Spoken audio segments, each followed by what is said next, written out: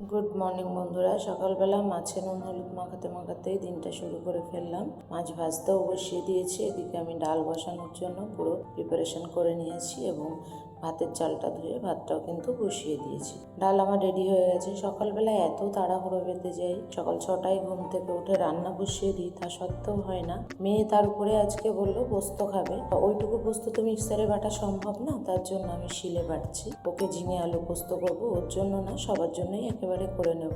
ওর যেহেতু বেরোনোর আছে, আমার ভীষণ তাড়াহুড়ো লেগে গেছে। তাড়াতাড়ি করে রান্নাটা কিন্তু কমপ্লিট করে ফেললাম।